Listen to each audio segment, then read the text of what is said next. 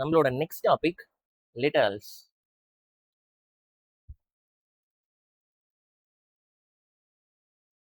So லிட்டரல்ஸ்னா என்னன்னு பார்த்தோம்னா, லிட்டரல்ஸ்ங்கிறது ஒன்றும் இல்லை, நம்ம ஒரு வேரியபிளுக்கு அசைன் பண்ற ஃபிக்ஸ்டு வேல்யூஸை தான் நம்ம லிட்டரல்ஸ்னு சொல்லுவோம்.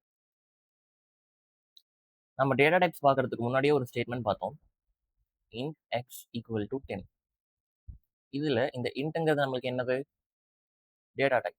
இதை பத்தி தான் இவ்வளோ நேரம் நம்ம பார்த்துட்டு இருந்தோம். இந்த எக்ஸுங்கிறத தான் என்னன்னு சொல்லுவோம்? வேரியபிள்னு சொல்லுவோம். அண்ட் இந்த 10ங்கிறது என்னது? இந்த 10 தான் நம்ம லிட்டரல் ஆர் கான்ஸ்டன்ட்னு சொல்லுவோம்.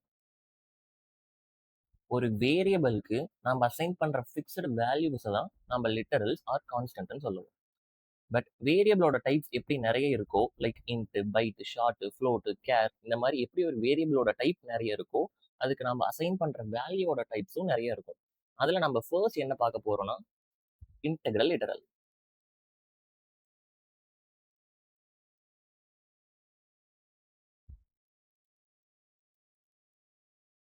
ஒரு இன்டெக்ரல் லிட்டரலை ஹோல்டு பண்ற கெப்பாசிட்டி இருக்க டேட்டா டைப்ஸ் என்னென்ன கொஞ்சம் யோசிச்சு பாருங்க.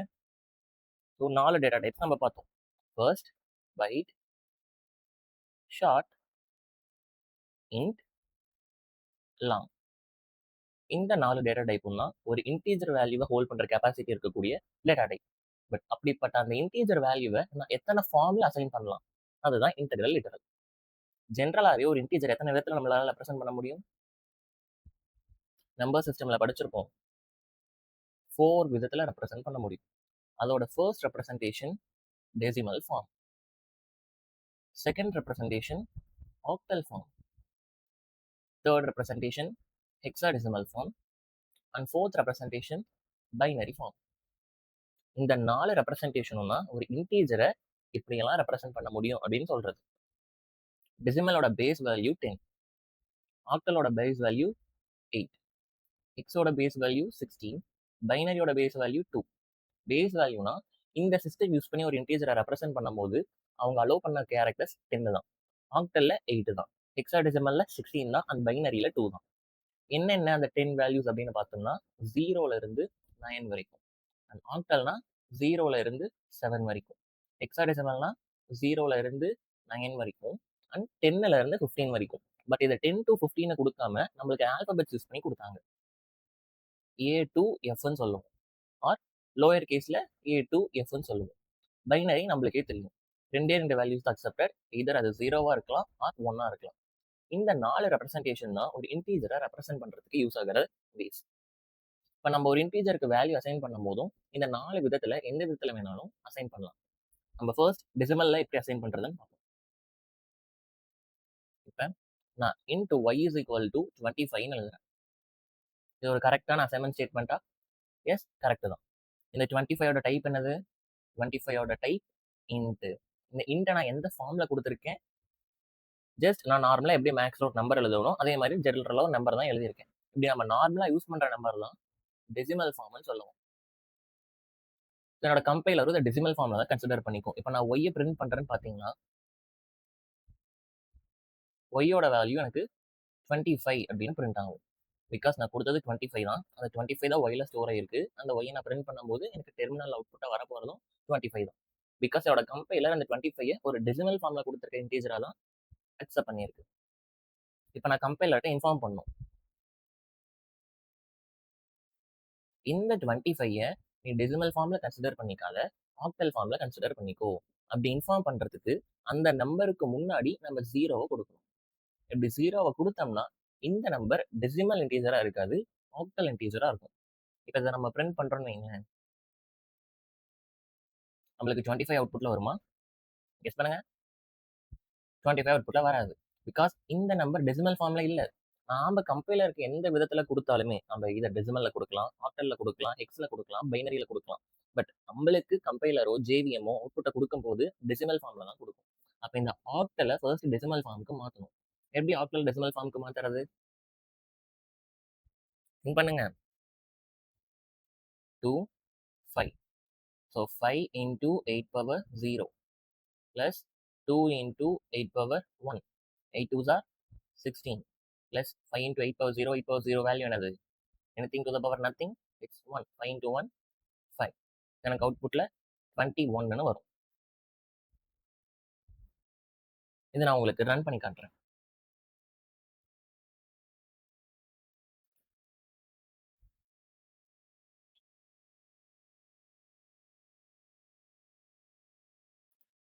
நான் first int y is equal to 25 அப்படின்னு போட்டிருக்கேன்.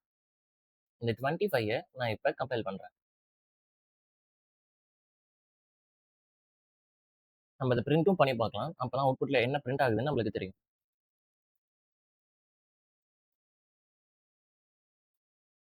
ஸோ ஃபர்ஸ்ட் இதை நான் கம்பைல் பண்ணுறேன்.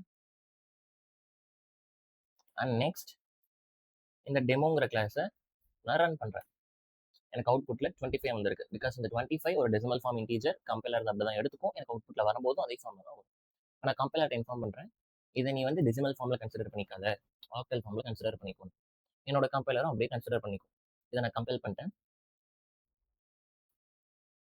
இப்போ இதை ரன் பண்ணால் என்னோட ஜேவிஎம் எந்த ஃபார்மில் அவுட்புட் கொடுக்கும்? நான் கொடுத்துருக்கிறது ஆக்டல் ஃபார்மில். பட் என்னோட ஜேவிஎம் எனக்கு எப்பயுமே டெசிமல் ஃபார்மில் தான் அவுட்புட் கொடுக்கும். இந்த ஆக்டலை எப்படி டெசிமலாக கன்வெர்ட் பண்ணுறது அப்படிங்கிற வேலையெல்லாம் இன்டர்னலாக என்னோட ஜேவிஎம்மே பண்ணி முடிச்சோம். இப்போ நம்ம இதை ரன் பண்ணோம்னா உங்களுக்கு 21 அப்படிங்கிறது அவுட்புட்டில் வரும். இந்த அவுட்புட்டை தான் நாமளும் இங்கே பார்த்தோம். ஸோ எப்பெல்லாம் ஒரு நம்பரை 0வை வச்சு ப்ரிஃபிக்ஸ் பண்ணுறோமோ அந்த நம்பர் ஆக்டல் ஃபார்மில் கன்சிடர் ஆகும். இப்போ நெக்ஸ்ட் என்னோட நம்பரை நான் ஆக்டல் ஃபார்மில் கன்சிடர் பண்ண விரும்பல, ஹெக்ஸாடெசிமல் ஃபார்மில் கன்சிடர் பண்ண விரும்புகிறேன். அப்போ அதை எப்படி இன்ஃபார்ம் பண்ணுவோம்? நம்ம அந்த நம்பருக்கு முன்னாடி 0x இதை ப்ரிஃபிக்ஸ் பண்ணால் இந்த நம்பர் ஒரு ஹெக்ஸாடெசிமல் இன்டீஜரை என்னோட கம்பைலரும் ஜேவிஎமும் எடுத்துக்கும். இப்போ இதை நான் பிரிண்ட் பண்ணுறேன். அண்ட் அகைன் இங்கேயும் 25ங்கிற ஆன்சர் வராது. பிகாஸ் இந்த 25 ஹெக்ஸாடெசிமல் ஃபார்மில் இருக்குது. என்னோட ஜேவிஎம் எனக்கு டெசிமல் ஃபார்மில் தான் அவுட்புட் கொடுக்கும். அப்போ இந்த ஹெக்ஸாடெசிமலில் இருக்க 25 ஃபர்ஸ்ட் டெசிமல் ஃபார்முக்கு கன்வெர்ட் பண்ணும். இதை எப்படி கன்வெர்ட் பண்ணுறது? அகைன் சேம் நம்ம முன்ன பண்ண மாதிரியே தான். 25 5 இன்டூ இங்கே 16 பவர் 0ன்னு போடணும். பிகாஸ் எக்ஸோட base value 16 plus 2 into 16 power 1. 16 2s are 32 plus 5 into 16 power 0 5. இதை சம் பண்ணால் நம்மளுக்கு 37. ஸோ இப்போ இந்த கோடை நான் கம்பைல் பண்ணி ரன் பண்ணால் எனக்கு வரப்போகிற நம்பர் 37. இது நம்பர் ரன் பண்ணி பார்க்கலாம். என்னோட கம்பைலர்கிட்ட இதை ஆக்டலாக கன்சிடர் பண்ணிக்காத, எக்ஸ்ட்ரா கன்சிடர் பண்ணிக்கோன்னு இன்ஃபார்ம் பண்ணிட்டேன். இந்த கோடை கம்பைல் பண்ணுறேன். நெக்ஸ்ட் ரன் பண்ணுறேன். எனக்கு வந்திருக்க அவுட்புட் 37. ஜாவா 1.6 வெர்ஷன் வரைக்கும் ஒரு இன்டெக்ரல் லிட்டரலை ரெப்ரசென்ட் பண்ணுறதுக்கு இந்த 3 வேஸை தான் ஒர்க் பண்ணிட்டு இருந்தாங்க. பட் ஃப்ரம் ஜாவா 1.7 வெர்ஷனில் இருந்து நம்ம ஒரு இன்டீஜர் வேல்யூவை பைனரி ஃபார்ம்லேயே ரெப்ரசென்ட் பண்ணலாம். ஸோ இதை நம்ம எப்படி பண்ணுறதுன்னு பார்த்தோம்னா int x is equal to 11. So இப்போ இந்த நான் எக்ஸை பிரிண்ட் பண்ண ட்ரை பண்ணேன். அவுட்ல எனக்கு என்ன பிரிண்ட் ஆகும்? 11ங்கிறது பிரிண்ட் ஆகும். பிகாஸ் நான் கொடுத்துருக்க இன்டீஜரை என்னோட கம்பைலரும் ஜேவிஎமும் டெசிமல் ஃபார்மில் கன்சிடர் பண்ணிக்கும். நான் அதை பிரிண்ட் பண்ண ட்ரை பண்ணாலும் டெசிமல் ஃபார்மில் தான் வரும். இப்போ நான் இன்ஃபார்ம் பண்ணும், ஓய் ஜேவிஎம் இந்த லெவலை நீ டெசிமல் ஃபார்மில் கன்சிடர் பண்ணிக்காத, இன்ஸ்டெட் பைனரி ஃபார்மில் கன்சிடர் பண்ணிக்கணும். அதை எப்படி இன்ஃபார்ம் பண்ணுறது? இந்த நம்பருக்கு முன்னாடி 0b இதை நம்ம ப்ரிஃபிக்ஸ் பண்ணோம்னா இந்த மொத்த நம்பரை என்னோட கம்பைலரும் ஜேவிஎமும் டெசிமல் ஃபார்மில் கன்சிடர் பண்ணிக்காது, இன்ஸ்டெட் பைனரி ஃபார்மில் கன்சிடர் பண்ணிக்கும். ஸோ லெவலுக்கான பைனரி வேல்யூ என்னது? 3. ஸோ நான் எக்ஸை பிரிண்ட் பண்ணனா எனக்கு அவுட்புட்டில் 3 தான் வருமே தவிர 11 வராது. இந்த ஃபீச்சர் நம்மளுக்கு எப்போ இருந்து இருந்துச்சுன்னா ஜாவா 1.7 வெர்ஷனில் இருந்து தான் இருந்துச்சு. இந்த மாதிரி கோடை 1.7 வெர்ஷனுக்கு முன்னாடி எழுதுனா இந்த கோடு கம்பைலே ஆகாது. நான் முன்னாடியே சொன்ன மாதிரி ஜாவா வெர்ஷன் கூட கொஞ்சமாச்சு டச்சில் இருக்கிறது ரொம்பவே முக்கியம் தான். ஸோ உங்களுக்கு இப்போ ஒரு டவுட் வரலாம், மேபி நம்ம ஸ்டார்டிங்லேயே பார்த்தோம் ஜாவா ஒரு கேஸ் சென்சிட்டிவ் லாங்குவேஜ் அப்படின்னா இதை பொறுத்த வரைக்கும் அப்பர் கேஸ் லெட்டரும் லோயர் கேஸ் லெட்டரும் கம்ப்ளீட்டாக டிஃப்ரெண்ட்னு பார்த்தோம். பட் இப்போ நம்ம டேட்டா டைப்ஸ் பார்க்கும் போதும் சரி, லிட்டரல்ஸ் பார்க்கும் போதும் சரி, நிறைய இடத்துல அப்பர் கேஸ் இருக்க இடத்துல லோயர் கேஸும், லோயர் கேஸ் இருக்கிற இடத்துல அப்பர் கேஸும் மாற்றி மாற்றி போட்டிருக்கோம். பட் கம்பைலர் அதே அக்செப்ட் பண்ணியிருக்கும்.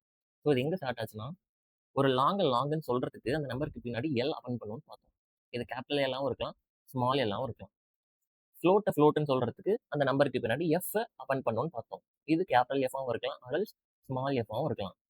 அந்த ஹெக்ஸாடெசிமல் ஃபார்மை ரெப்ரசென்ட் பண்ணுறதுக்கு capital 0x or small X. பைனரின்னு நம்ம சொல்கிறதுக்கும் capital B or small B. Java என்னதான் ஒரு கேஸ் சென்சிட்டிவான லாங்குவேஜ் இருந்தாலும் ரொம்ப சில இடத்துல ஜாவா கே சென்சிட்டிவிட்டியை விட்டுரும், கண்டுக்காது. அந்த மாதிரி இடத்துல சில இடங்கள் தான் இந்த பிளேசஸ். இந்த இடத்துலலாம் ஜாவா கே சென்சிட்டிவா ஆக்ட் ஆகாது. ஸோ நான் கேபிட்டல் எல் கொடுக்குற இடத்துல ஸ்மால் எல்லும் கொடுத்துக்கலாம், ஸ்மால் எஃப் கொடுக்குற இடத்துல கேபிட்டல் எஃப்பும் கொடுத்துக்கலாம். பட் அதோட மீன் எதுவுமே மாறாது. இப்போ இதை யூஸ் பண்ணி நான் சில எக்ஸாம்பிள்ஸ் ரைட் பண்றேன். இது கரெக்டா அப்படின்ட்டு ஒரு நிமிஷம் உங்க ஸ்க்ரீனை பாஸ் பண்ணி வச்சுட்டு செக் பண்ணி பாருங்க. First int a is equal to 12. Second, int b is equal to 0, 1, 2. Third, int c is equal to 0, 7, 8, 6. Int d is equal to 0, d, 1, 1. Int e is equal to என்ன கொடுக்கலாம்? So இப்போ நான் எழுத போகிறதும் number தான். இந்த நம்பரை பார்த்து உங்களுக்கு மேபி சிரிப்பு வரலாம். 0x babe int f, 0x dad int g, 0x face, int I, 0x beef, int j, 0x beer. Favourite இல்லை? ஓகே, இதில் எதெல்லாம் நம்மளுக்கு வேலிடான ஒரு அசைன்மெண்ட் ஸ்டேட்மெண்ட், எதெல்லாம் இன்வேலிடான அசைன்மெண்ட் ஸ்டேட்மெண்ட்னு ஒரு நிமிஷம் பாஸ் பண்ணிட்டு நீங்கள் கெஸ் பண்ண ட்ரை பண்ணுங்க. ஓகே, இப்போ நான் சொல்கிறேன். First statement int a is equal to 12. இதில் எந்த ப்ராப்ளமும் இல்லை. So this is okay, all right. Second statement int b is equal to 0, 1, 2. இந்த number first of all octal ஃபார்மில் இருக்குது. நான் யூஸ் பண்ணியிருக்க டிஜிட்டும் ஆக்டல் ஃபார்மில் அலோவ் பண்ணுற டிஜிட்ஸ் தான் இருக்குது. பிகாஸ் ஆக்டலில் 0லேருந்து 7 வரைக்கும் அக்செப்ட் பண்ணிப்பாங்க. நான் 1, 2 தான் யூஸ் பண்ணியிருக்கேன், எந்த பிரச்சனையும் இல்லை. அண்ட் செகண்ட், இந்த நம்பரையும் நான் ஆக்டல் ஃபார்மில் கொடுத்துருக்கேன். பட் 8ங்கிற நம்பரை ஆக்டல் ஃபார்மில் அக்செப்ட் பண்ணிக்க மாட்டாங்க. பட் நான் 8 யூஸ் பண்ணியிருக்கேன். ஸோ இந்த கோட் கம்பைல் ஆகாது, எனக்கு கம்பைலேஷன் எரர் வரும். And next one 0b level. இந்த இன்டீஜரை நான் பைனரி ஃபார்மில் கொடுத்துருக்கேன். பைனரியில் அக்செப்ட் பண்ணுற கேரக்டர்ஸ் 1 and 0. நான் யூஸ் பண்ண 2 நம்பருமே 1 தான். ஸோ இது எந்த பிரச்சனையும் இல்லை, கம்பைல் ஆகும். அண்ட் ஸோ இந்த கோட் எல்லாமே நான் ஹெக்ஸாடெசிமல் ஃபார்மில் எழுதியிருக்கேன். இதை பார்த்த உடனே இது ஒரு நம்பரே இல்லை நீங்கள் திங்க் பண்ண வேண்டாம், இது எல்லாமே நம்பர் தான். பிகாஸ் நம்ம ஆல்ரெடி பார்த்தோம், ஹெக்ஸில் மொத்தம் 16 வேல்யூஸ் அலோவ் பண்ணுவாங்க. 0 to 9. அந்த 10லேருந்து 15 வரைக்கும் இருக்க வேல்யூஸை ஏலேருந்து நம்ம எஃப் வரைக்கும் போட்டு போன்ட்டு. ஸோ இப்போ நான் ஃபர்ஸ்ட் ஒரு இன்டீஜர் நம்பர் கொடுத்துருக்கேன், அதை ஹெக்ஸாடெசிமல் ஃபார்மில் கொடுத்துருக்கேன். அண்ட் அதுக்கு பின்னாடி கொடுத்துருக்க நம்பர்ஸும் அலோவ் பண்ணியிருக்க நம்பர் தான். BABE, பேப். இது ஒரு கரெக்டான இன்டீஜர் நம்பர் தான். நெக்ஸ்ட் அதே மாதிரி டேட், இதுவும் கரெக்டு தான். ஃபேஸ், இதுவும் கரெக்டு தான். பீஃப், இதுவும் கரெக்டு தான். பீர், இது கரெக்டா? கொஞ்சம் கெஸ் பண்ணுங்க.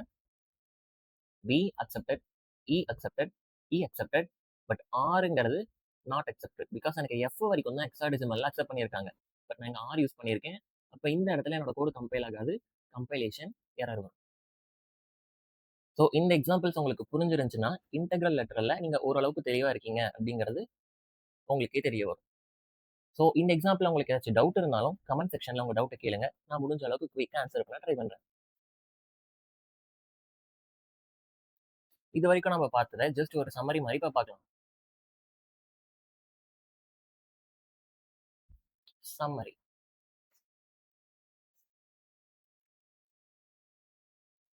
ஒரு இன்டீஜர் நம்பரை ஜென்ரலாக 4 கேட்டகரியில் நம்ம ரெப்ரசென்ட் பண்ண முடியும்.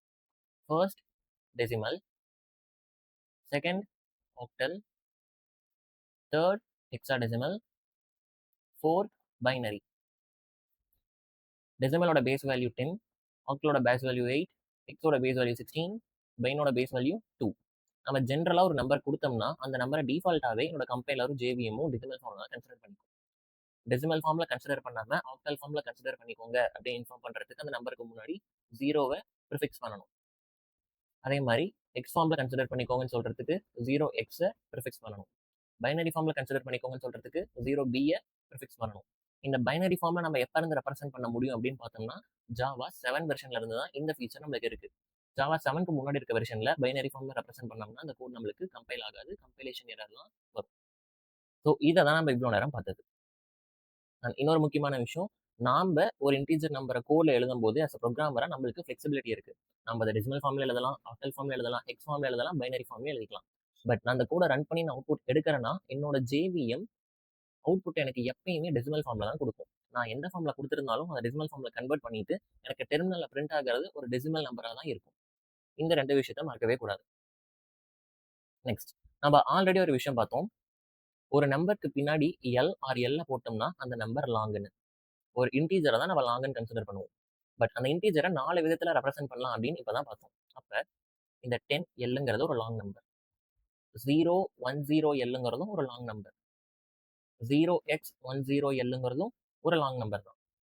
0x பீஃப் எல்லுங்கிறதும் ஒரு லாங் நம்பர் தான். இத பார்த்த உடனே நீங்க திங்க் பண்ணுவீங்க. இந்த இது வந்து கம்பைலேஷன் எரர் தான் காட்டும். பிகாஸ் BEEF இது ஓகே. எல் வந்து ஹெக்ஸாடெசிமல்ல அலோவ் பண்ணாத ஒரு கேரக்டர் தானே அப்படின்ட்டு. பட் இந்த எல் வந்து என்னோட நம்பரோட ஒரு பார்ட்டா கன்சிடர் ஆகாது. இந்த எல் ஜஸ்ட் இந்த நம்பரை நீ லாங்கா கன்சிடர் பண்ணிக்கோ அப்படிங்கிற இன்ஃபர்மேஷனை கொடுக்கறதுக்கு தான். அப்ப இந்த கோட் கம்பைல் ஆகும், ரன்னும் ஆகும். And 0x dad L so இதுவுமே ஒரு லாங் நம்பர் தான். ஒரு லாங்கை நம்ம எந்த ஃபார்ம்லனாலும் ரெப்ரசென்ட் பண்ணிக்கலாம். பிகாஸ் இந்த லாங்குங்கிறது ஒரு இன்டீஜர் தான். அது டெசிமல்ல இருக்கலாம், பைனரியில இருக்கலாம், ஹெக்ஸ்ல இருக்கலாம், ஆக்டல்ல இருக்கலாம். அதுக்கு பின்னாடி நம்ம எல் போட்டோம்னா நாமளே எக்ஸ்பிளிசிட்டா சொல்றோம் இந்த நம்பரை நீ இன்டா கன்சிடர் பண்ணிக்காத, லாங்கா கன்சிடர் பண்ணிக்கோ அப்படின்ட்டு. பட் இந்த மாதிரி ஷார்ட்டுக்கும் பைட்டுக்கும் நம்ம எக்ஸ்பிளிசிட்டா சொல்ல முடியாது. ஒரு நம்பருக்கு பின்னாடி எஸ் போட்டா இது ஷார்ட், ஒரு நம்பருக்கு பின்னாடி பி போட்டா இது பைட்டு அப்படிங்கிற மாதிரிலாம் கிடையாது. ஒரு நம்பரை இது ஷார்ட் இது பைட்டுன்னு ஒரு ப்ரோக்ராமரா எக்ஸ்பிளிசிட்டா நம்மளால சொல்ல முடியாது. ஒரு ஷார்ட் வேரியபிளுக்கு நம்பர் அசைன் பண்றேன்னா அந்த நம்பர் ஷார்ட்டா மாறிடும். ஒரு பைட் வேரியபிளுக்கு அந்த நம்பர் அசைன் பண்ணனா அந்த நம்பர் பைட்டா மாறிடும். பட் டைரக்டா இப்படிதான் இருக்கணும் ஷார்ட், இப்படிதான் இருக்கணும் பைட்டுன்னு சொல்ல முடியாது லாங்குக்கு சொல்ற மாதிரி. நம்ம நெக்ஸ்ட் பார்க்க போறது floating point literal. But floating point லிட்ரலுக்கு போறதுக்கு முன்னாடி ஒரு சின்ன இன்ஃபர்மேஷன். ஸோ நம்ம பார்த்த டேட்டா டைப்ஸை ஜஸ்ட் ரீகால் பண்ணலாம். First byte, short, char. ஷார்ட்டுக்கும் 2 பைட்ஸ் த சைஸ், கேருக்கும் 2 பைட்ஸ் த சைஸ். அதனால ஷார்ட்டுக்கு கீழே கேர் எழுதியிருக்கேன். Int, long, float, double. இதோட சைஸ் எல்லாம் ஜஸ்ட் ரீகால் பண்ணிக்கலாம். பைட்டுக்கு 1 பைட், ஷார்ட்டுக்கு 2 பைட், கேருக்கும் 2 பைட்ஸ், இன்ட்டுக்கு 4 பைட்ஸ், லாங்குக்கு 8 பைட்ஸ், ஃப்ளோட்டுக்கு 4 பைட்ஸ் அண்ட் டபுளுக்கு 8 பைட்ஸ். இப்போ சின்ன சைஸ் இருக்க வேல்யூவை பெரிய சைஸ் இருக்க வேரியபிளுக்கு நம்மளால அசைன் பண்ண முடியும். அதாவது ஒரு பைட் வேல்யூவை ஷார்ட் வேரியபிளுக்கு அசைன் பண்ண முடியும். ஒரு ஷார்ட் வேல்யூவை இன்ட் வேரியபிளுக்கு அசைன் பண்ண முடியும். ஒரு இன்ட் வேல்யூவை லாங் வேரியபிளுக்கு அசைன் பண்ண முடியும். ஒரு லாங் வேல்யூவை ஃப்ளோட் வேரியபிளுக்கு அசைன் பண்ண முடியும்.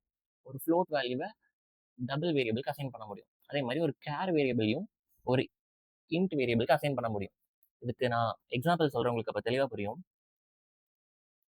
Byte B is equal to 10. இந்த பிங்கிறது என்ன டைப்? இந்த பிங்கிறது பைட். இந்த பியை என்னால் ஷார்ட்டுக்கு அசைன் பண்ண முடியும். Short S1 is equal to B. Because பிங்கிறது பைட், பைட்டோட சைஸ் வந்து 1 பைட். S1ங்கிறது ஷார்ட், ஷார்ட்டோட சைஸ் வந்து 2 பைட். நான் சின்ன சைஸ் இருக்க வேல்யூவை பெரிய சைஸ் இருக்க வேரியபிளுக்கு ஹாப்பியாக அக்செப்ட் பண்ணிக்கலாம், எந்த பிரச்சனையும் வராது. அண்ட் கேருக்கு எக்ஸாம்பிள் பார்க்கலாம். Care C is equal to A. இது okay. Care C is equal to B. இந்த B வந்து இந்த பைட் வேரியபிள், பிகாஸ் நான் சிங்கிள் கோட்ஸ்குள்ள கொடுக்கல. இந்த ஏங்கிறது வந்து கேரக்டர், பிகாஸ் நான் சிங்கிள் கோட்ஸ்குள்ள கொடுத்துருக்கேன். ஒரு பைட் வேல்யூவையும் ஒரு கேர் வேரியபிளுக்கு ஈஸியாக நம்ம அக்செப்ட் பண்ணிக்கலாம். பிகாஸ் பைட்டோடது 1 பைட் சைஸு, கேரோடது 2 பைட் சைஸு. அப்போ சின்னதாக சைஸ் இருக்க வேல்யூவை பெருசாக சைஸ் இருக்க டேட்டா டைப்புக்கு ஈஸியாக நம்ம அசைன் பண்ணலாம், எந்த பிரச்சனையும் வராது. ஸோ இந்த இன்ஃபர்மேஷனை ஞாபகம் வச்சுக்கோங்க. இது இம்பார்ட்டன்ட், பிகாஸ் இது ஏன் இம்பார்ட்டன் உங்களுக்கு இன்னும் கொஞ்சம் நேரத்தில் புரியும். அண்ட் இந்த டயக்ராமை இந்த மாதிரி ஞாபகம் வச்சுக்கோங்க, உங்களுக்கு ஈஸியாக இருக்கும். ஓகே, நாம நெக்ஸ்ட் ஃப்ளோட்டிங் பாயிண்ட் லிட்டரல்ஸை பார்ப்போம். இவ்வளோ நேரம் நம்ம பார்த்தது இன்டெக்ரல் லிட்டரலை பற்றி. இப்போ நம்ம பார்க்க போகிறது ஃப்ளோட்டிங் பாயிண்ட் லிட்டரல்ஸ்.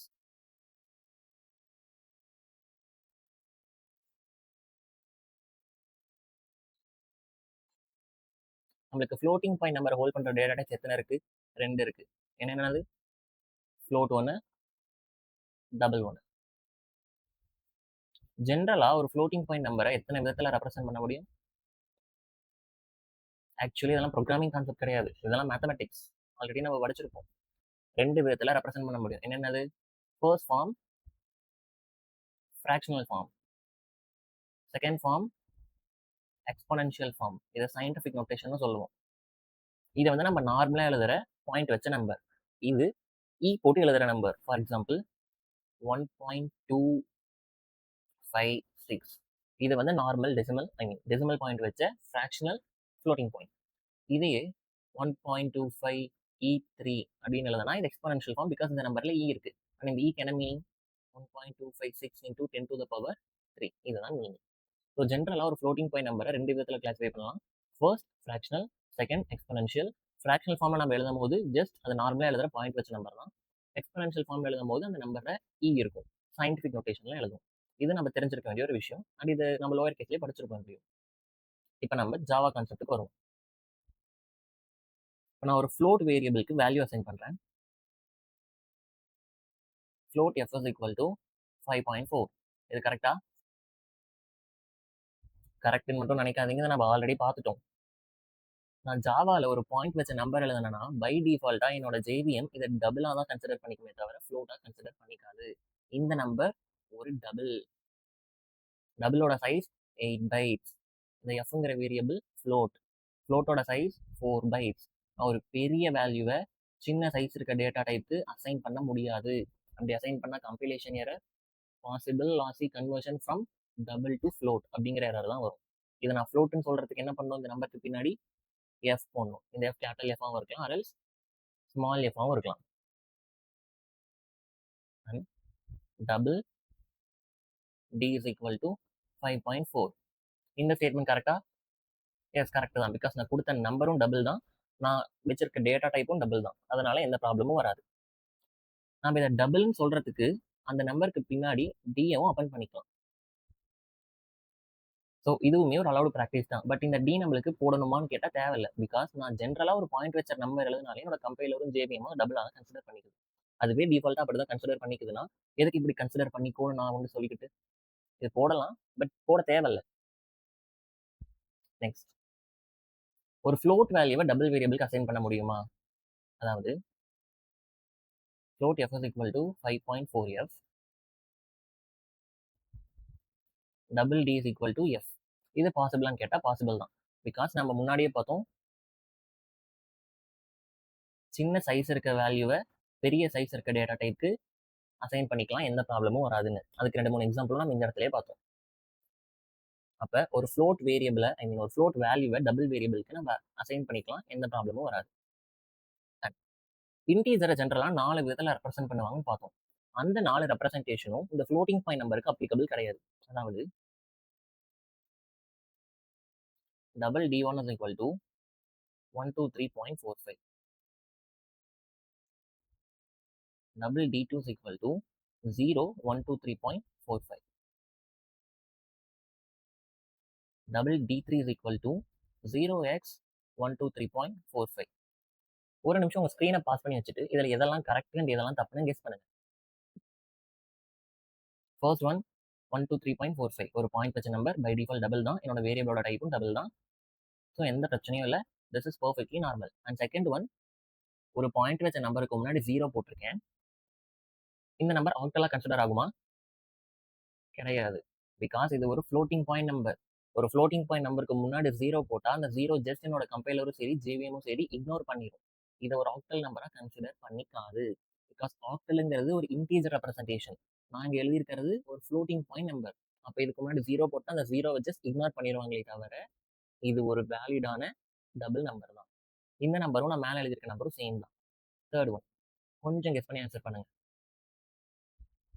மேலே நடந்த மாதிரி இந்த 0x என்னோட கம்பைலரும் சரி ஜேவிஎமும் சரி இக்னோர்லாம் பண்ணிக்க மாட்டாங்க. இது ஃபர்ஸ்ட் கம்பைலே ஆகாது. என்னோட கம்பைலரே இந்த இடத்துல எரர் கொடுக்கும் எனக்கு. பிகாஸ் நீங்கள் வந்து ஒரு இன்டீஜர் ரெப்ரசன்டேஷன் யூஸ் பண்ணியிருக்கீங்க, பட் ஆனால் அதுக்கு பின்னாடி கொடுத்துருக்க நம்பர் ஃப்ளோட்டிங் பாயிண்ட் நம்பர் ரெண்டும் மிஸ் மேட்ச். அப்போ எனக்கு என்ன கம்பைலேஷன் எரர் வரும்னு பார்த்தோம்னா mall formed floating point number அப்படிங்கிற எரர் வரும். பிகாஸ் இன்டீஜரை ரெப்ரசென்ட் பண்ணுற வேஸ் எதுவுமே ஒரு ஃப்ளோட்டிங் பாயிண்ட் நம்பரை ரெப்ரசென்ட் பண்ணாது. இதை நம்ம ரன் பண்ணி பார்க்கலாம்.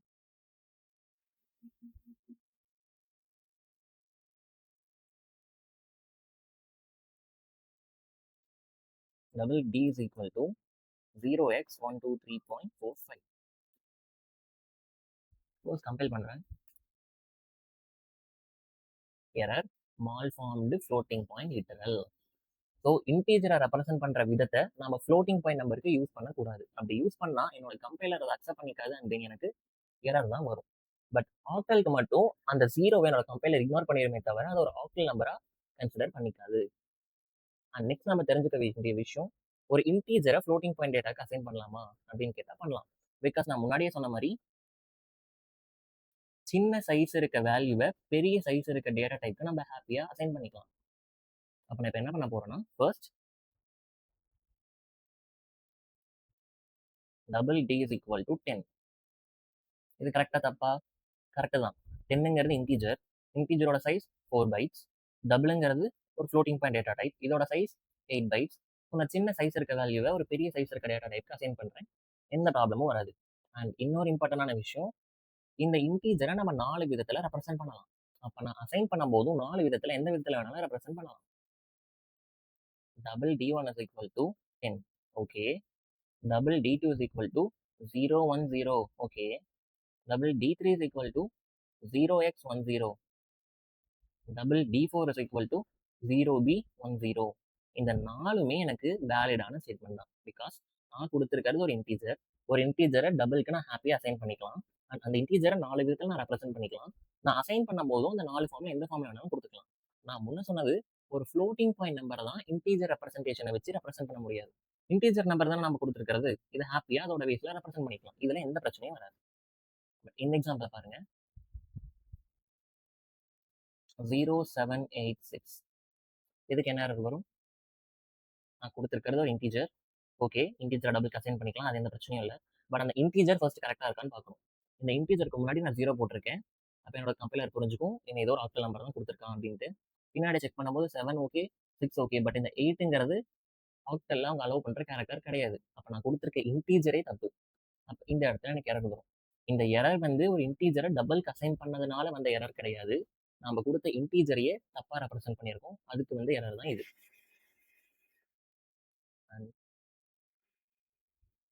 double d is equal to 0x space. இது கரெக்டா? கரெக்ட் தான். இதுல ஒரு நம்பர் கூட இல்லை, பட் இது ஆக்சுவலா ஒரு நம்பர் தான். ஒரு இன்டீஜர் நம்பர் டபுள் அசைன் பண்ணிக்கலாம், எந்த ப்ராப்ளமும் கிடையாது. double d is equal to 0x 5.4. இது கரெக்டா? தப்பு. பிகாஸ் இது ஒரு ஃப்ளோட்டிங் பாயிண்ட் நம்பர் எக்ஸ் ஃபார்ம்ல ரெப்ரசென்ட் பண்ண முடியாது. ஸோ நம்மளுக்கு என்ன எரர் வரும்? Mall formed floating point number அப்படிங்கிற எரர் வரும்.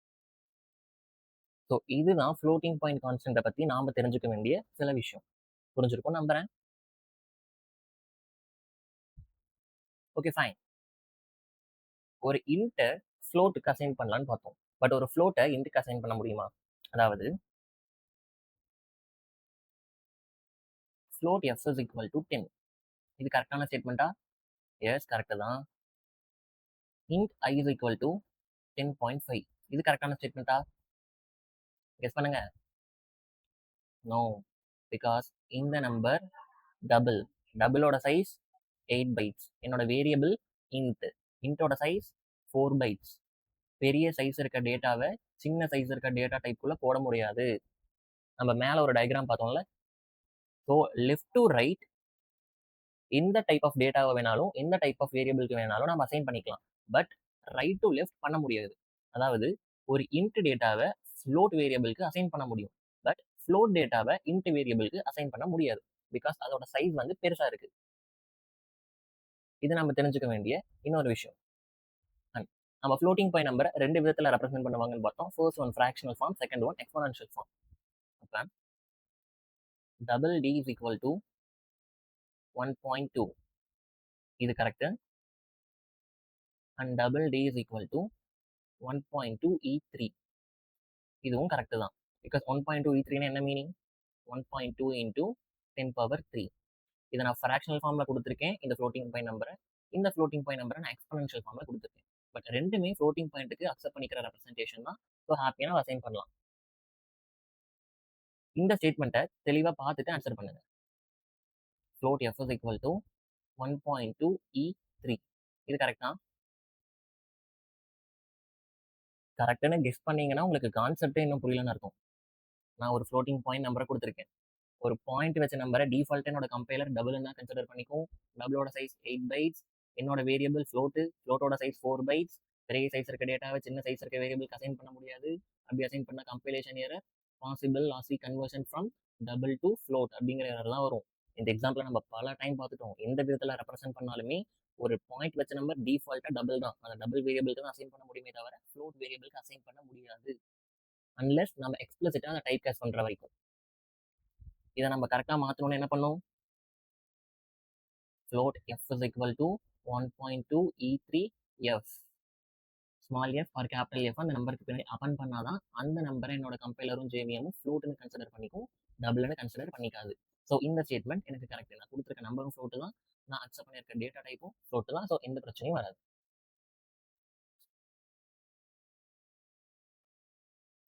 நம்ம நெக்ஸ்ட் பார்க்க போகிறது பூலியன் லிட்ரல், அதாவது Boolean values. Third one Boolean literals. இதை நம்ம ஃபாஸ்ட்டாக முடிச்சிடலாம் பிகாஸ் இது ஒரு சின்ன டாபிக் தான். பூலியன் டேட்டா டைப் அக்செப்ட் பண்ணக்கூடிய வேல்யூஸ் என்னது? மொத்தம் ரெண்டு வேல்யூஸ் தான். ஒன்று ட்ரூ, இன்னொன்று ஃபால்ஸ்.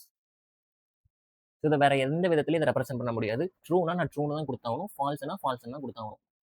சில லாங்குவேஜில் யூஸ் பண்ணுற மாதிரி ட்ரூ இருக்க இடத்துல 1, ஃபால்ஸ் இருக்க இடத்துல 0 இப்படிலாம் நம்ம கொடுக்கலாம்னா கொடுக்க முடியாது. ஜாவாவை பொறுத்த வரைக்கும் ஜாவா பூலியன் லிட்ரல்ஸில் ரொம்ப strict. If I want true நீ எனக்கு ட்ரூவை தான் கொடுக்கணும், இஃப் ஐ வாண்ட் ஃபால்ஸ் நீ எனக்கு ஃபால்ஸ் தான் கொடுக்கணும். Boolean b is equal to இந்த இடத்துல என்ன கொடுக்க முடியும்? வேல்யூவா ஒரு பூலியன் வேல்யூவை தான் கொடுக்க முடியும் பிகாஸ் என்னோட variable Boolean. True okay, false இதுவும் ஓகே. 0 கொடுத்தனா நோ எரர், 10.5 கொடுத்தனா எதையும் அக்செப்ட் பண்ணிக்காது எரர், அண்ட் ஒரு ஸ்ட்ரிங்கை கொடுத்தனா இதையும் அக்செப்ட் பண்ணிக்காது எரர். ஸோ ஒரு பூலியன் வேரியபிளுக்கு நம்ம பூலியன் வேல்யூஸை மட்டும்தான் கொடுக்கணும். பூலியன் வேல்யூஸ் நம்மளுக்கு ரெண்டு தான் இருக்குது, ஒன்று ட்ரூ இன்னொன்று ஃபால்ஸ். அண்ட் மோஸ்ட் இம்பார்ட்டன்ட்லி இதில் இருக்க எல்லா லெட்டர்ஸுமே லோயர் கேஸ் லெட்டர் தான். நம்ம பை மிஸ்டேக் கேபிட்டல் லெட்டர் கொடுத்தாலுமே நம்மளுக்கு கம்பைலேஷன் ஆகாது, எரர் தான் வரும். இதுதான் பூலியன் லிட்ரல்ஸ். அண்ட் பூலியன் லிட்ரலை பற்றி நம்ம பார்க்கறதுக்கு வேற எந்த விஷயமும் இல்லை பிகாஸ் இது ஒரு சின்ன கான்செப்ட் தான். நம்ம நெக்ஸ்ட் பார்க்க போகிறது கேரக்டர் லிட்ரல்ஸ். இதை கொஞ்சம் தெளிவாக கவனிக்கணும். ஃபர்ஸ்ட், ஒரு கேரக்டர்னா என்ன இருக்கும்? நம்ம எதெல்லாம் சிங்கிள் கோட்ஸ்குள்ள கொடுக்குறோமோ அதை தான் நம்ம கேரக்டர்னு சொல்லுவோம். அந்த கேரக்டர் எல்லாத்துக்குமே கரஸ்பாண்டிங்கான ஒரு இன்டீஜர் வேல்யூ இருக்கும். அந்த வேல்யூவை தான் நம்ம அஸ்கி வேல்யூ ஆர் யூனிகோட் வேல்யூன்னு சொல்லுவோம். அந்த லாங்குவேஜ் என்ன கோடிங் ஸ்கீமை ஃபாலோ பண்ணுது அப்படிங்கிறத பொறுத்து அது அஸ்கி வேல்யூவா ஆர் யூனிகோட் வேல்யூவா நம்ம சொல்லுவோம். ஜாவாவை பொறுத்த வரைக்கும் அது ஃபாலோ பண்ணிட்டு இருக்கிறது யூனிகோட் ஸ்கீம். அப்போ ஒவ்வொரு கேரக்டருக்கும் ஒரு யூனிகோட் வேல்யூ இருக்கும். ஃபார் எக்ஸாம்பிள், நான் ஸ்மால் ஏ கொடுத்தேன்னா அதோட யூனிகோட் வேல்யூ 97, கேபிட்டல் ஏ கொடுத்தேன்னா அதோட யூனிகோட் வேல்யூ 65, 0ங்கிறத கேரக்டராக கொடுத்தனா இதோட வேல்யூ 48, 1ங்கிறத கேரக்டராக கொடுத்தனா இதோட வேல்யூ 49. அண்ட் நியூ லைன் ஏதோ ஒரு கேரக்டர் தானே, எஸ்கேப் கேரக்டர், இதோட வேல்யூ 10. இந்த சைடு இருக்கிறது எல்லாமே கேரக்டர்ஸ் அண்ட் இந்த சைடு இருக்கிறது எல்லாமே அதோட யூனிகோட் வேல்யூஸ். இதனால் இந்த வேல்யூஸ் இதனால் இதை நம்ம கன்சிடர் பண்ணிக்கணும் கேரக்டருக்கு பதிலாக. சிம்பிள், நம்ம மிஷினுக்கு தெரிஞ்சது எல்லாமே 0 அண்ட் 1 மட்டும்தான். ஒரு நம்பராக இருந்துச்சுன்னா அதை ஈஸியாக பைனரி ஃபார்முக்கு கன்வெர்ட் பண்ணிடலாம். நாம் எப்படி கன்வெர்ட் பண்ணுவோம்? டெசிமல் நம்பரை 2ஆல் லாங் டிவிஷன் பண்ணிகிட்டே வருவோம், அண்ட் தென் அதோட ரிமைண்டர்ஸை ரிவர்ஸில் எழுதுவோம். அதுதான் அந்த நம்பருக்கான பைனரி ஃபார்ம். அண்ட் அது பாசிட்டிவ் நம்பராக இருந்துச்சுன்னா மிஷின்லையும் டேரெக்டாக அதோட பைனரி ஃபார்மில் தான் ஸ்டோர் ஆகும். இப்போ எனக்கு ஏங்கிற ஒரு கேரக்டர் இருக்குது, இதை நான் மிஷினில் ஸ்டோர் பண்ணணும். எப்படி ஸ்டோர் பண்ணுறது? இது எப்படி பைனரியாக மாற்றுறது? இந்த இஷ்யூவை சால்வ் பண்ணுறதுக்கு தான் இந்த மாதிரியான கோடிங் ஸ்கீம் எல்லாம் இருக்குது. யூனிகோட் ஸ்கீம், அஸ்கி கோடிங் ஸ்கீம், இந்த மாதிரி ஸ்கீமுக்கு கீழே ஒவ்வொரு கேரக்டருக்கும் ஒவ்வொரு நம்பர் கொடுத்துருப்பாங்க. அப்போ நான் ஏன்னு கொடுத்தனா என்னோட மிஷினில் இதுக்கான யூனிகோட் வேல்யூ என்னவோ அந்த வேல்யூ பைனரியாக மாறி மெமரியில் ஸ்டோர் ஆகும். புரிஞ்சுச்சா? ஃபைன். இப்போ கேரக்டர் லிட்டரல் என்னது? நம்ம சிங்கிள் கோட்ஸ்குள்ள எதை கொடுத்தாலும் அதை தான் கேரக்டர் லிட்டரல் அப்படின்னு சொல்லுவோம். அண்ட் கேரக்டரோட சைஸ் என்னது? ஜாவால 2 bytes, 1 byte கிடையாது. அதுக்கான ரீசன் நம்ம முன்னே பார்த்தோம். First, char ch is equal to a. இது ஒரு கரெக்டான ஸ்டேட்மெண்ட்டா? எஸ், கரெக்ட் தான். char ch is equal to a. இது கரெக்டான ஸ்டேட்மெண்ட்டா? நோ, பிகாஸ் கேரக்டர்னா அது கண்டிப்பாக சிங்கிள் கோட்ஸ்குள்ள தான் இருக்கணும். நான் அப்படி சிங்கிள் கோட்ஸ்குள்ள கொடுக்கலனா என்னோட கம்பைலர் இதை வேரியபிள்னு நினச்சிக்கும். அண்ட் இந்த வேரியபிளை நான் மேலே எங்கேயாச்சும் டிக்ளேர் பண்ணியிருக்கானு பார்ப்போம். எங்கேயும் டிக்ளேர் பண்ண கிடையாது. எனக்கு கம்பைலேஷன் எரரில் cannot find symbol அப்படின்ட்டு வரும். அதாவது நீங்கள் ஏன்னு ஒரு வேரியபிளை யூஸ் பண்ணியிருக்கீங்க, பட் அந்த வேரியபிளை நீங்கள் டிக்ளேர் பண்ணல, எனக்கு அது என்னன்னு தெரியல அப்படிங்கிற மாதிரி என்னோட கம்பைலர் எரர் கொடுக்கும். Next one, char ch is equal to a. நான் கொடுத்துருக்க டேட்டா ஸ்ட்ரிங், பட் என்னோட வேரியபிள் எக்ஸ்பெக்ட் பண்ணிட்டு இருக்கிறது கேரக்டர். இது ரெண்டுமே மிஸ் மேட்ச். அப்போ எனக்கு என்ன வரும்? Compilation error, incompatible types, string cannot be converted to char அப்படிங்கிற கம்பைலேஷன் எரர் வரும். Next one, char ch is equal to ab. இது கரெக்டா? நான் சிங்கிள் கோட்ஸ்குள்ள தான் கொடுத்துருக்கேன். இது கேரக்டர் தானா? பார்க்கறதுக்கு கேரக்டர் மாதிரி தெரியலாம், பட் இது கேரக்டர் கிடையாது. பிகாஸ் நான் எப்பெல்லாம் சிங்கிள் கோட்ஸ் யூஸ் பண்ணுறனோ அதுக்குள்ள ஒரே ஒரு கேரக்டர் தான் கொடுக்க முடியும். For example A plus 0 dot, இந்த மாதிரி ஒரு கேரக்டர் தான் கொடுக்க முடியும். நம்ம மோர் தென் ஒன் கேரக்டர் கொடுத்தோம்னா எனக்கு கம்பைலேஷன் எரர் தான் வரும். கேரக்டரோட ரேஞ்ச் என்னன்னு பார்த்தோம், 0ல இருந்து 65535. இதுதான் கேரக்டரோட ரேஞ்சுன்னு பார்த்தோம். நம்ம ஏன்னு கொடுத்தாலுமே என்னோட கம்பைலர் எப்படி அதை ட்ரீட் பண்ணும்? 97 தான் ட்ரீட் பண்ணும். அதுக்கு நான் டேரக்டாக 97 கொடுக்கலாமா? எஸ், அஃப்கோர்ஸ் கொடுக்கலாம். char ch is equal to 97. இது கரெக்டா? கரெக்ட் தான். பட் இதை நான் பிரிண்ட் பண்ணால் எனக்கு என்ன பிரிண்ட் ஆகும்? 97 பிரிண்ட் ஆகுமா? நோ, இதை பிரிண்ட் பண்ணால் எனக்கு ஏன்னு தான் பிரிண்ட் ஆகும். டெஸ்ட் பண்ணி பார்க்கலாமா?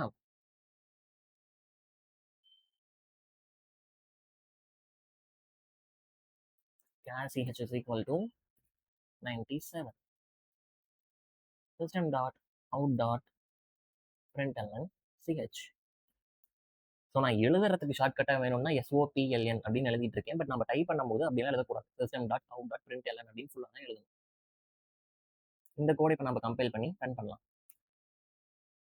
கம்பைல் பண்ணிட்டேன், எந்த எரரும் இல்லை. இந்த கிளாஸை இப்போ ரன் பண்ணலாம். அவுட் நம்மளுக்கு என்ன வந்திருக்கு? ஏன்னு வந்திருக்கு. ஓகே, ஒரு கேரக்டருக்கு 0ல இருந்து 65,535 இந்த ரேஞ்சில் இருக்க நம்பரை நம்ம அசைன் பண்ணலான்னு பார்த்தோம். அப்படி நம்ம நம்பர் அசைன் பண்ணாலும் அந்த யூனிகோட் நம்பருக்கு ஈக்குவலண்டான வேல்யூவை தான் என்னோட கம்பைலர் கன்சிடர் பண்ணிக்கணும்னு பார்த்தோம்.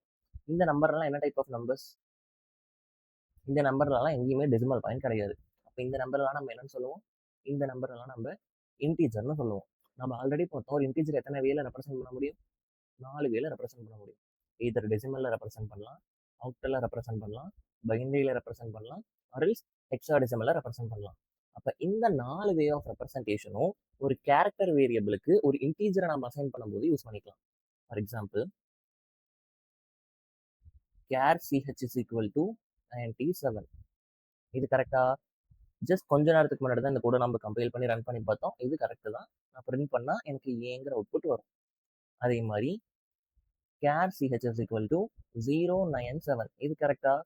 இதுவும் கரெக்டு தான். பிகாஸ் இது ஒரு இன்டீஜர். அந்த இன்டீஜரை நான் ஆக்டல் ஃபார்மில் கொடுத்துருக்கேன். அப்போ இந்த ஆக்டல் ஃபார்முக்கு டெசிமல் ஃபார்மில் மாற்றினதுக்கப்புறம் எந்த கேரக்டர் ஈக்குவலண்ட்டாக இருக்கோ அந்த கேரக்டர் எனக்கு பிரிண்ட் ஆகும்.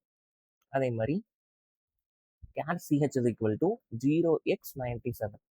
இது ஒரு இன்டீஜர் தான். பட் அந்த இன்டீஜரை நான் ஹெக்ஸாடெசிமல் ஃபார்மில் கொடுத்துருக்கேன். இதை நான் பிரிண்ட் பண்ணனா இந்த ஹெக்ஸாடெசிமலுக்கு ஈக்குவலான டெசிமல் என்ன, அந்த டெசிமலுக்கு ஈக்குவலான யூனிகோட் கேரக்டர் என்னவோ எனக்கு அது பிரிண்ட் ஆகும். ஸோ ஒரு கேரக்டருக்கு நம்ம இன்டீஜர் அசைன் பண்ணலாம். அந்த இன்டீஜரை நம்ம 4 ரெப்ரசன்டேஷனில் எந்த ரெப்ரசன்டேஷனில் வேணாலும் அசைன் பண்ணிக்கலாம். சேம் நம்ம பைனரி ரெப்ரசன்டேஷன்லேயே அசைன் பண்ணலாம். 1111 1111 என்ன அர்த்தம்? பைனரியில் 1111னா 15. அப்போ அந்த 15க்கு ஈக்குவலண்டான கேரக்டர் என்னவோ அது பிரிண்ட் ஆகும். ஸோ கேரக்டர் லிட்டரலில் இன்னொரு விஷயத்த நம்ம தெரிஞ்சுக்கணும். ஒரு கேரக்டருக்கு யூனிகோட் ரெப்ரசன்டேஷன்லேயே நம்ம டேட்டாவை அசைன் பண்ணலாம். யூனிகோட் ரெப்ரசன்டேஷன் அது எப்படி இருக்கும்னு பார்த்தோம்னா, சிங்கிள் கோட்ஸ்குள்ள \u, அதாவது இது யூனிகோட் ரெப்ரசன்டேஷன் அப்படின்னு சொல்றதுக்கு இந்த சிம்பிள். இந்த சிம்பிளுக்கு பின்னாடி 4 கேரக்டர் நம்ம கொடுப்போம். அது ஹெக்ஸாடெசிமல் வேல்யூவா என்னோட சிஸ்டம் கன்சிடர் பண்ணிக்கும். ஸோ இதுக்கு எக்ஸாம்பிள் பார்த்தோம்னா, char ch1 is equal to \u 0061 and char ch2 is equal to 0062. So இப்போ இது ரெண்டையும் நான் பிரிண்ட் பண்ணி பார்க்குறேன். system.out.println ch1, system.out.println ch2. So இதுக்கு ஈக்குவலண்ட்டான வேல்யூ எனக்கு ஏன்னு பிரிண்ட் ஆகும், அண்ட் இதுக்கு ஈக்குவலண்ட்டான வேல்யூ எனக்கு பின்னு பிரிண்ட் ஆகும். ஸோ இந்த ரெப்ரசன்டேஷன் ஒரு கேரக்டர் வேரியபிளுக்கு எப்படி யூனிகோட் ஃபார்மில் நம்ம டேட்டாவை அசைன் பண்ணுறது அப்படிங்கிறது தான் இந்த ரெப்ரசன்டேஷன். அண்ட் நெக்ஸ்ட், நம்ம ஆல்ரெடி லோயர் லாங்குவேஜஸ் படிக்கும்போதே பார்த்துருப்போம்.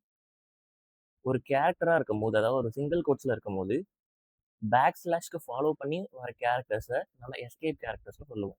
இந்த எஸ்கேப் கேரக்டர்ஸ்னா என்ன இருக்கும்? சில கேரக்டர்ஸை டேரெக்டாக கீபோர்டில் இருக்க கீஸ் வச்சு நம்மளால பிரிண்ட் பண்ண முடியாது. அந்த கேரக்டர்ஸ் ரெப்ரசென்ட் பண்ணுறதுக்கு கொடுத்தது தான் இந்த எஸ்கேப் கேரக்டர்ஸ். இந்த எஸ்கேப் கேரக்டர்ஸ் பேக்ஸ்லாஷில் ஸ்டார்ட் ஆகி இதுக்கு பின்னாடி ஒன்றா இருக்கும் எக்ஸ்ட்ரா கேரக்டர்ஸ் இருக்கும். ஃபார் எக்ஸாம்பிள் என்னன்னு பார்த்தா, நம்மளோட டாபிக் எஸ்கேப் கேரக்டர்ஸ்.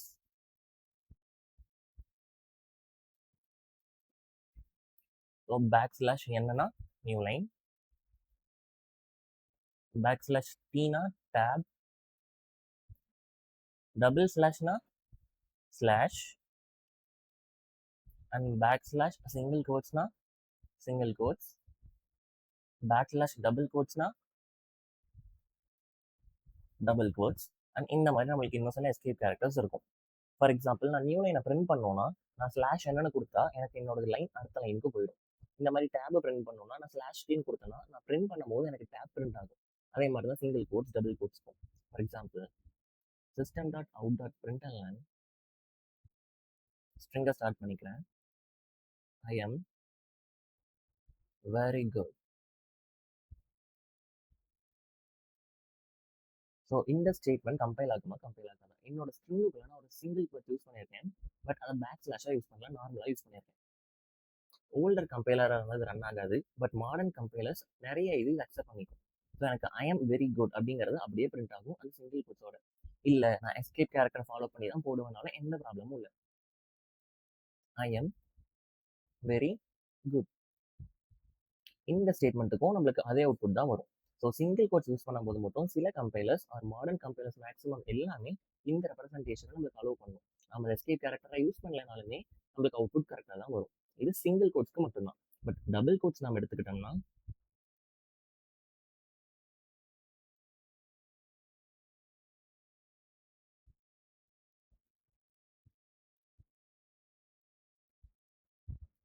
இந்த ஸ்ட்ரிங் பிரிண்ட் ஆகுமா அப்படின்னு கேட்டால் கண்டிப்பாக பிரிண்ட் ஆகாது. பிகாஸ் என்னோட ஸ்ட்ரிங் இங்கே ஸ்டார்ட் ஆகுது, நான் இங்கே ஒரு டபுள் கோட்ஸ் கொடுத்தேன்னா என்னோட கம்பைலர் இங்கே ஸ்ட்ரிங் முடிஞ்சிருச்சு இந்த மாதிரி கன்சிடர் பண்ணிக்கும். இந்த ப்ராப்ளம் அவாய்ட் பண்ணுறதுக்கு நம்ம என்ன பண்ணணும்? Backslash backslash. இப்போ எனக்கு பிரிண்ட் ஆகும்போது ஐ எம் வெரி அந்த குட்டுங்கிறது டபுள் கோட்ஸ்குள்ள பிரிண்ட் ஆகும். ஸோ இந்த மாதிரி ப்ராப்ளம்லாம் சால்வ் பண்ணுறதுக்கு தான் எஸ்கேப் கேரக்டர் கொண்டு வந்தாங்க.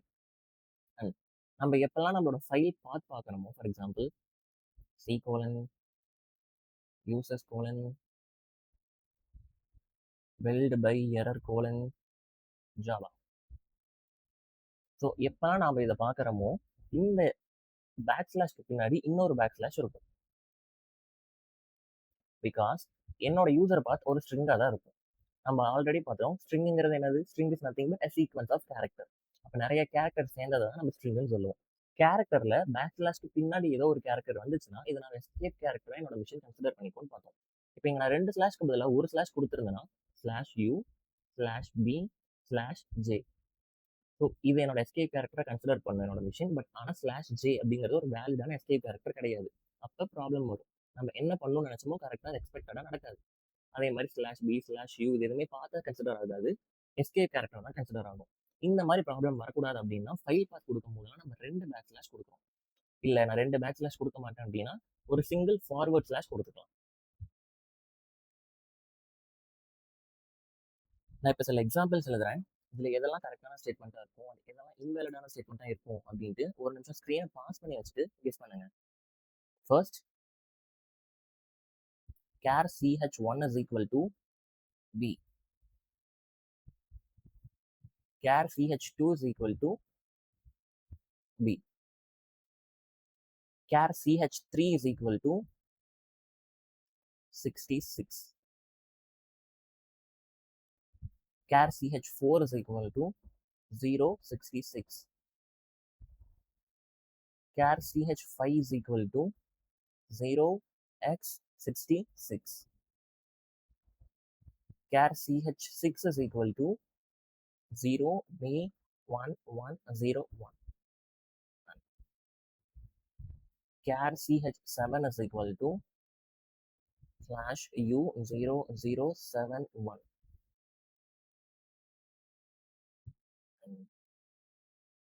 Char CH8 is equal to /N.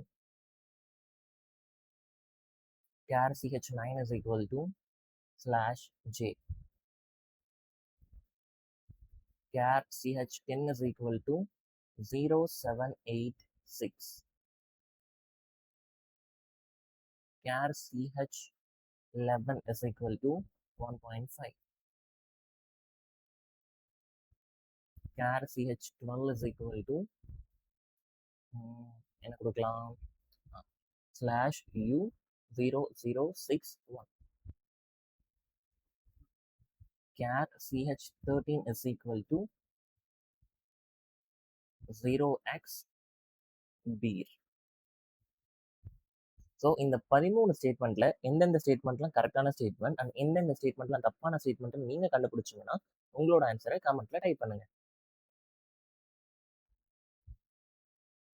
And நம்ம நெக்ஸ்ட் பார்க்க போற லிட்ரல் ஸ்ட்ரிங் லிட்ரல்.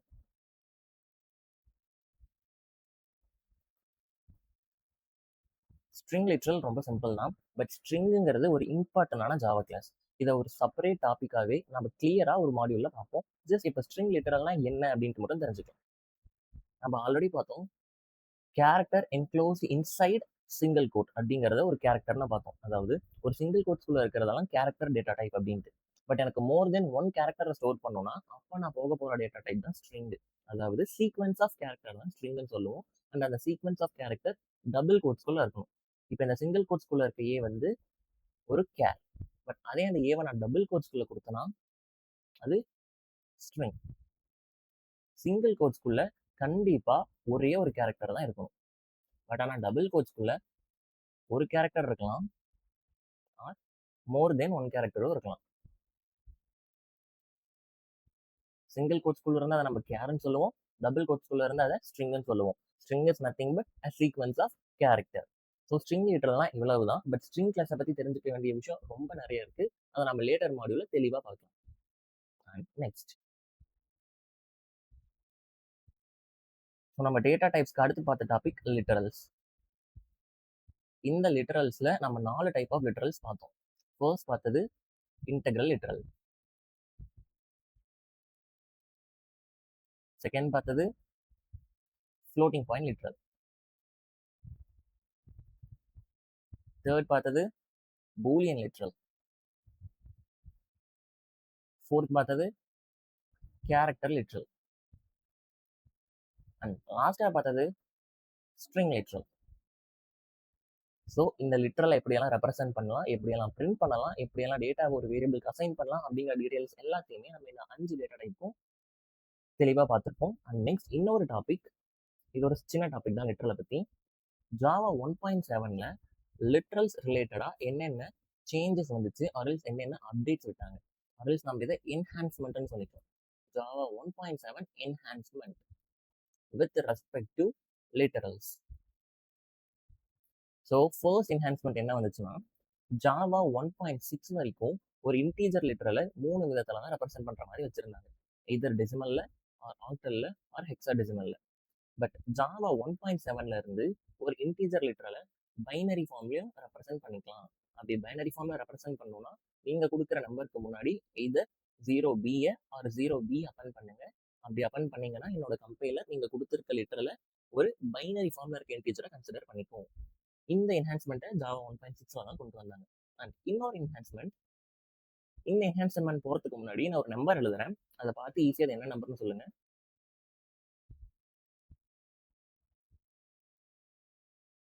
இது என்ன நம்பர்னு கெஸ் பண்ண முடியுதா?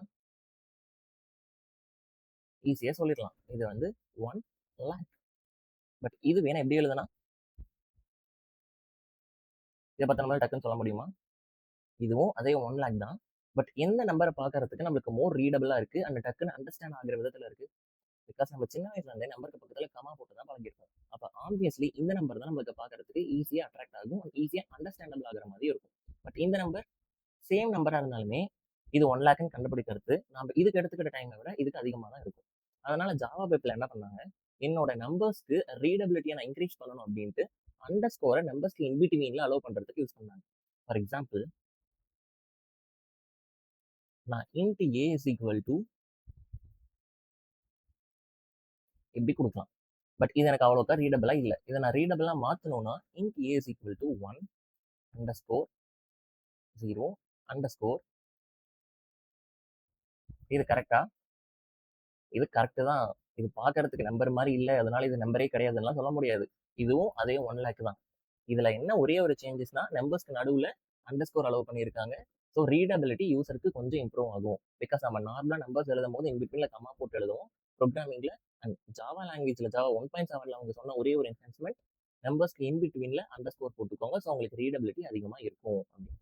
இது நம்ம எந்த நம்பருக்கு இன்பிட்வீன்ல வேணாலும் போட்டுக்கலாம். அது இன்டெக்ரல் நம்பராகவும் இருக்கலாம், அரல்ஸ் ஃப்ளோட்டிங் பாயிண்ட் நம்பராகவும் இருக்கலாம். கிளியரா? இதை யூஸ் பண்ணி நான் இப்போ நான் சொல்ல கொஸ்டின்ஸ் எழுதுறேன். அதில் எதெல்லாம் கரெக்ட் எதெல்லாம் தப்புட்டு கண்டுபிடிங்க.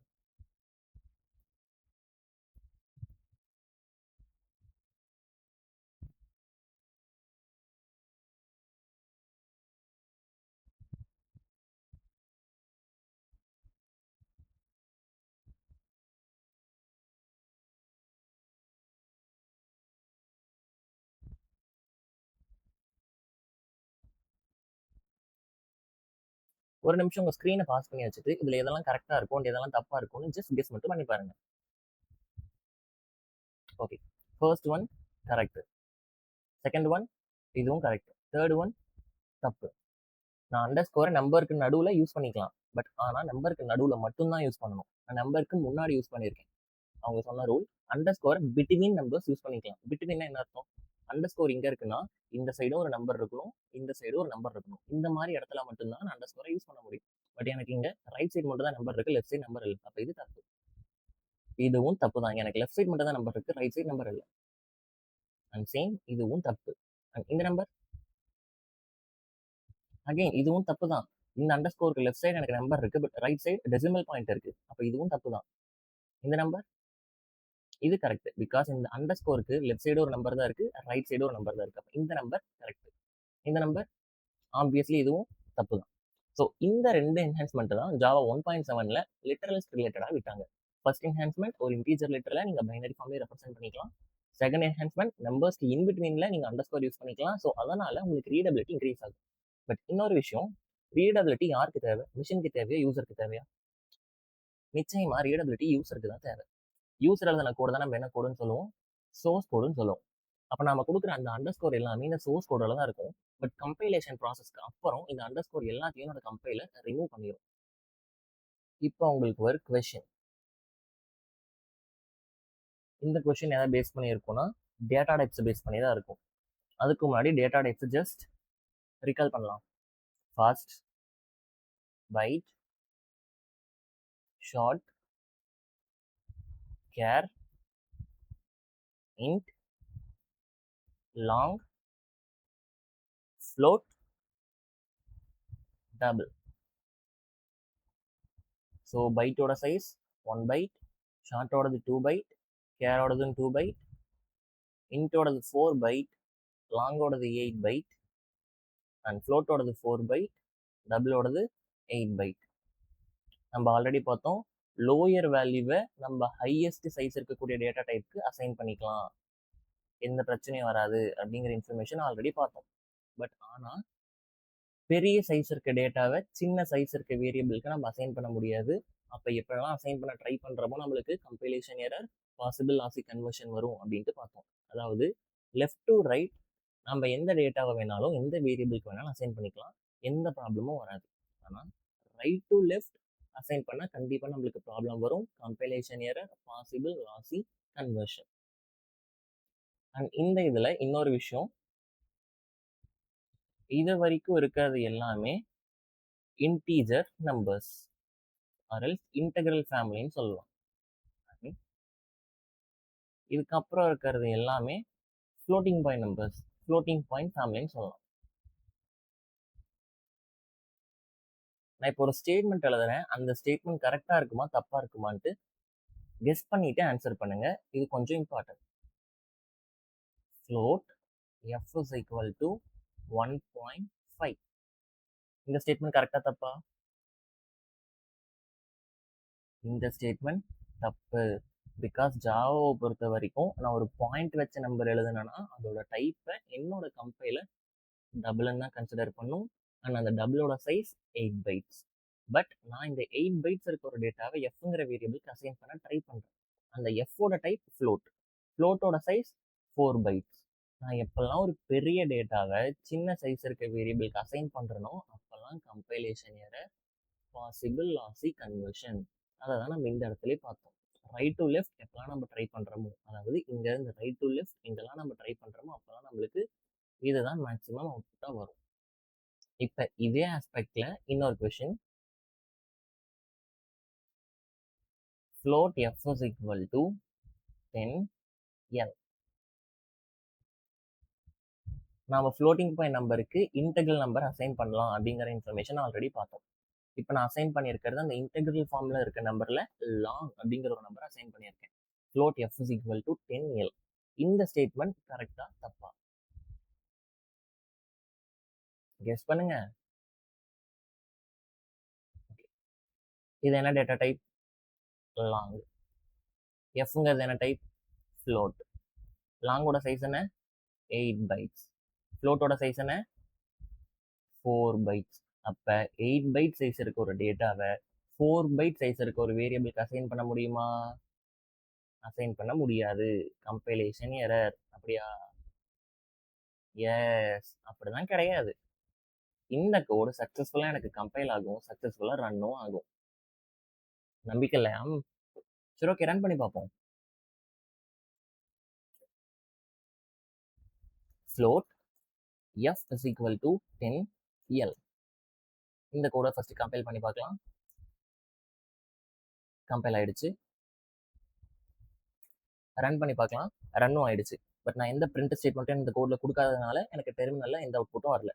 பட் என்னோட கோடு கம்பைலும் ஆயிடுச்சு, ரன்னும் ஆயிடுச்சு. ரெண்டு ஃபேஸ்லையுமே எனக்கு எந்த எரருமே வரல. இப்போ உங்களுக்கு ஒரு டவுட் வரலாம். லாங்குங்கிறதோட சைஸ் 8 byte, ஃப்ளோட்டுங்கிறதோட சைஸ் 4 byte. அதே கேஸ் தான் இங்கேயும் இருந்துச்சு. டபுளுங்கிற டேட்டா டைப்போட சைஸ் 8 byte, ஃப்ளோட்டுங்கிற டேட்டா டைப்போட சைஸ் 4 byte. இந்த இடத்துல எனக்கு compilation error, possible lossy conversion அப்படிங்கிற எரர் வந்திருக்கு. பட் இந்த இடத்துல எனக்கு ஏன் அந்த எரர் வரல?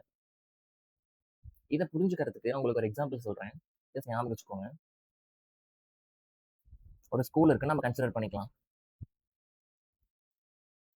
எல்லாத்துக்கும் ரொம்ப பிடிச்ச பிளேஸ்ல பிடிச்ச பிளேஸ் தான். இங்க 2 கிளாஸ் ரூம் இருக்கு. என்ன கிளாஸ் வச்சுக்கலாம்? 10th ஸ்டாண்டர்ட் வச்சுக்கலாம்.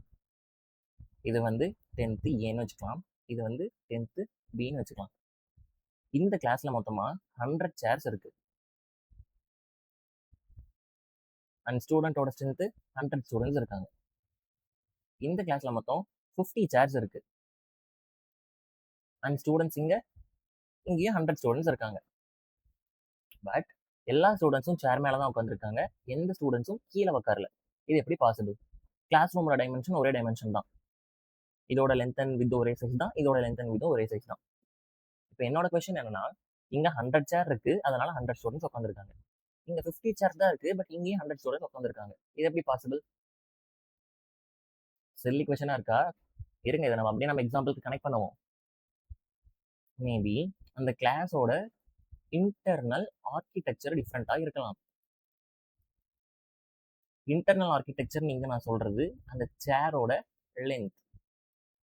மேபி கிளாஸ் ஏல இருக்க சேர் சின்ன சேரா இருக்கலாம். ஒரு சேர்ல ஒரு ஸ்டூடெண்ட் தான் உட்கார முடியும், ஒரு ஸ்டூடெண்ட் தான் ஆக்குபை பண்ணும், அந்த அளவுக்கு லென்த் இருக்கக்கூடிய சேரா இருக்கலாம் கிளாஸ் ஏல. கிளாஸ் பில இருக்க சேர் கொஞ்சம் பெரிய சேரா இருக்கலாம். ஒரு சேர்ல 2 ஸ்டூடெண்ட்ஸ் உட்கார மாதிரி இருக்கலாம். அப்படி பார்த்தா நீங்க 100 ஸ்டூடெண்ட்ஸ் ஆக்குபை பண்றதுக்கு எனக்கு 100 சேர் தேவை. இந்த இடத்துல 100 ஸ்டூடெண்ட்ஸ் ஆக்குபை பண்றதுக்கு எனக்கு 50 சேர் தான் தேவை. பிகாஸ் இந்த கிளாஸோட இன்டர்னல் ஆர்கிடெக்சர் டிஃப்ரெண்டா இருக்கு, இந்த கிளாஸோட இன்டர்னல் ஆர்கிடெக்சர் டிஃப்ரெண்டா இருக்கு. இந்த கிளாஸோட ஆர்கிடெக்சர் படி 100 ஸ்டூடெண்ட்ஸ் உட்கார வைக்கிறதுக்கு எனக்கு 50 சேரே போதும். இந்த கிளாஸோட ஆர்கிடெக்சர் படி 100 ஸ்டூடெண்ட்ஸ் உட்கார வைக்கிறதுக்கு எனக்கு 100 சேர்ஸ் தேவை. இதையே நம்ம நம்மளோட எக்ஸாம்பிளில் கனெக்ட் பண்ணால் இந்த கிளாஸ் ஏவை லாங் டைப் அப்படின்னு வச்சுக்கலாம், இந்த கிளாஸ் பியை ஃப்ளோட் டைப்னு வச்சுக்கலாம். இந்த லாங்குங்கிறது என்ன டைப் ஆஃப் டேட்டா? ஒரு இன்டெக்ரல் டேட்டா. அண்ட் இந்த ஃப்ளோட்டுங்கிறது என்ன டைப் ஆஃப் டேட்டா? ஒரு ஃப்ளோட்டிங் பாயிண்ட் டேட்டா. ஸோ இந்த இன்டெக்ரல் டேட்டா எப்படி மெமரியில் ரெப்ரசென்ட் ஆகும் அண்ட் இந்த ஃப்ளோட்டிங் பாயிண்ட் டேட்டா எப்படி மெமரியில் ரெப்ரசென்ட் ஆகும்? இது ரெண்டும் கம்ப்ளீட்டாக டிஃப்ரெண்ட். பிகாஸ் இன்டர்னல் டேட்டாவை டைரெக்டாக நம்ம அதோட பைனரி ஃபார்மில் மெமரியில் ரெப்ரசென்ட் பண்ணுவோம். பட் ஃப்ளோட்டிங் பாயிண்ட் அப்படி பைனரி ஃபார்மில் டைரெக்டாக பண்ண முடியாது. அப்படி பண்ணும்போது நம்மளுக்கு நிறைய ப்ராப்ளம் வந்துச்சு. இந்த ப்ராப்ளம்லாம் ஃபேஸ் பண்ணுறதுக்கு தான் IEEE 754 அப்படின்னு ஒரு ஸ்டாண்டர்ட் வந்துச்சு. ஸோ ஃப்ளோட்டிங் பாயிண்ட் நம்மளோட மிஷினில் இந்த ஃபார்மேட்டில் தான் ஸ்டோர் ஆகும். அண்ட் ஒரு இன்டெக்ரல் நம்பர் நம்மளோட மிஷினில் அதோட டைரக்ட் பைனரி ஃபார்மில் தான் ஸ்டோர் ஆகும். இந்த ரெண்டும் எப்படி மிஷினில் இன்டர்னலாக ஸ்டோர் ஆகுது அப்படிங்கிற விதம் கம்ப்ளீட்டாக டிஃப்ரெண்ட். ஸோ இந்த ரெப்ரசன்டேஷன் படி 4 பைட் சைஸ் இருக்க டேட்டாவை உட்கார வைக்கிறதுக்கு எனக்கு 4 பைட் சைஸ் இருக்க வேரியபிள் வேணும். பட் ஆனால் இந்த சைஸ் படி 8 பைட் சைஸ் இருக்க இன்டீஜர் டேட்டாவை கூட நான் 4 பைட் சைஸ் இருக்க ஃப்ளோட்டிங் பாயிண்ட் டேட்டாவில் ஈஸியாக ஃபிட் பண்ணிக்க முடியும். பிகாஸ் லாங்கோட இன்டர்னல் ரெப்ரசன்டேஷன் டிஃப்ரெண்ட், ஃப்ளோட்டோட இன்டர்னல் ரெப்ரசன்டேஷன் கம்ப்ளீட்டாக டிஃப்ரெண்ட். கிளியரா? பட் இந்த இடத்துல ஏன் அந்த இது பாசிபிள் இல்லை, ஈவன் இங்கேயும் 8 பைட் 4 பைட் தான் இருக்குன்னு பார்த்தா, ஃப்ளோட்டு டபுள் இந்த ரெண்டுமே வந்து ஃப்ளோட்டிங் பாயிண்ட் ஃபேமிலி. அப்போ அந்த ரெண்டுமே இன்டர்னலாக IEEE 754 தான் டிஃப்ரெண்ட் ஆகும். அப்போ அதுக்குள்ளே நம்ம கன்வர்ஷன் பண்ணும்போது அதுக்கு சான்ஸ் இல்லை. ஆனால் 8 பைட் சைஸ் இருக்க ஒரு இன்டீஜர் டேட்டாவை 4 பைட் சைஸ் இருக்க ஒரு ஃப்ளோட்குள்ளே நம்மளால ஈஸியாக ஃபிட் பண்ண முடியும். பிகாஸ் அதோட இன்டர்னல் ஆர்கிடெக்சர் கம்ப்ளீட்டாக டிஃப்ரெண்ட்.